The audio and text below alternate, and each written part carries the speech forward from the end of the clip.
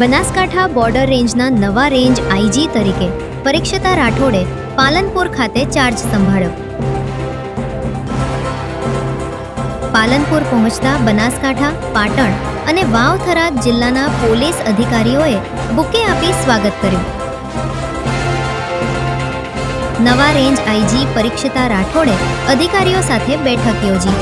Border રેન્જમાં કાયદો અને વ્યવસ્થા વધુ મજબૂત બનાવવા પર ખાસ ભાર મૂકવામાં આવશે. સરહદી વિસ્તારોમાં સુરક્ષા વ્યવસ્થા વધુ અસરકારક બનાવવા પ્રયાસ કરાશે. સાયબર ક્રાઇમ સામે કડક કાર્યવાહી કરવામાં આવશે. નાર્કોટિક્સ સંબંધિત ગેરકાયદે પ્રવૃત્તિઓ પર પોલીસની નજર વધુ કડક રહેશે.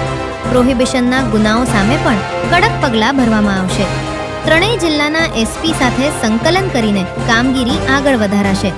ફરિયાદીઓને પોલીસ કામગીરીથી સંતોષ મળે તે માટે કાર્યશૈલી વધુ અસરકારક બનાવાશે. સરહદી જિલ્લો છે, સરહદી રેન્જનો મને કામ કરવાનો મોકો મળ્યો છે. અગાઉ મેં પાટણ જિલ્લો એસપી તરીકે કામ કરેલું છે, કચ્છ ઈસ્ટ એસપી તરીકે કામ કરેલું છે. એટલે સરહદી જિલ્લાની જે પરિસ્થિતિ અને ત્યાં કેવી રીતે લો એન્ડ ઓર્ડર જાળવવો, કેવી રીતે પ્રજાની સુખાકારી માટેના પ્રયત્નો કરવા, એનાથી હું માહિતગાર છું. અગાઉ પાટણ જિલ્લામાંથી એટલે બનાસકાંઠાની નજીકનો જિલ્લો એટલે અહીંયા પણ જે ટોટલ 86 કિલોમીટર વાવ-થરાદના થાય છે અને 11 કિલોમીટર પાટણના બોર્ડર રેન્જના થાય છે, બોર્ડરના થાય છે. ઇન્ટરનેશનલ બોર્ડર છે એટલે એના પ્રશ્નો તો જે રહે છે, પણ એમાં વધારે સલામતી રાખીએ, પ્રજાની સુખાકારી જળવાઈ રહે અને કોઈ જ પ્રશ્નો ઉપસ્થિત ન થાય એની ખાસ મારા 3 એસપી સાથે હું અત્યારે ચર્ચા કરીશ. અને એ સતત મારો પ્રયત્ન રહેશે કે કોઈ પણ પ્રશ્ન બોર્ડર રેન્જને લગતો કોઈ પ્રશ્ન ઉપસ્થિત ન થાય.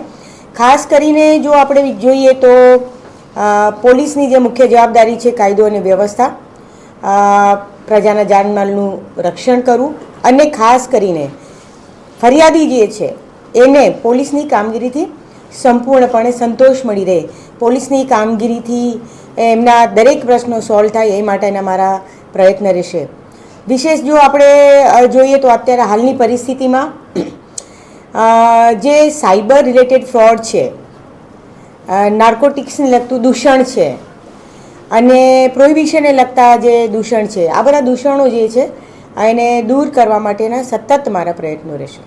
યસ, સ્ટાફનું હવે ગવર્મેન્ટ નિર્ણય લેશે અને જે દરેક રેન્જ માટે જે પ્રકારની જોગવાઈ છે સ્ટાફ માટેની, પીઆઈથી માંડીને સ્ટાફ, એ તમામ પ્રકારની જે ડીજી લેવલથી એ બધી જોગવાઈ થશે. અને આપની બેઠક અહીંયા જ રહેશે કે પછી બીજી આપના માટે? હાલ તો ટેમ્પરરી તો અહીંયા જ છે, પછી નવી રેન્જ છે એટલે આખું નવું એનું એસ્ટાબ્લિશમેન્ટ કરવા માટેની બધી જ તૈયારીઓ અમે લોકો કરીશું. બેન, પ્રજાને કાયદા અને વ્યવસ્થાને લઈને શું કહેવા માંગો છો?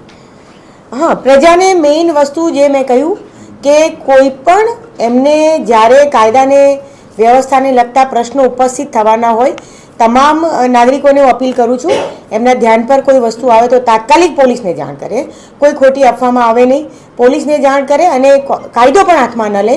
અને જે પણ એમની રજૂઆત હોય એ 3 એસપી છે, એની સાથે ડીવાયએસપી, અને મને પણ ગમે ત્યારે ગમે તે સમયે એમની કોઈ પણ રજૂઆત હોય તો મને કોલ કરી શકે છે.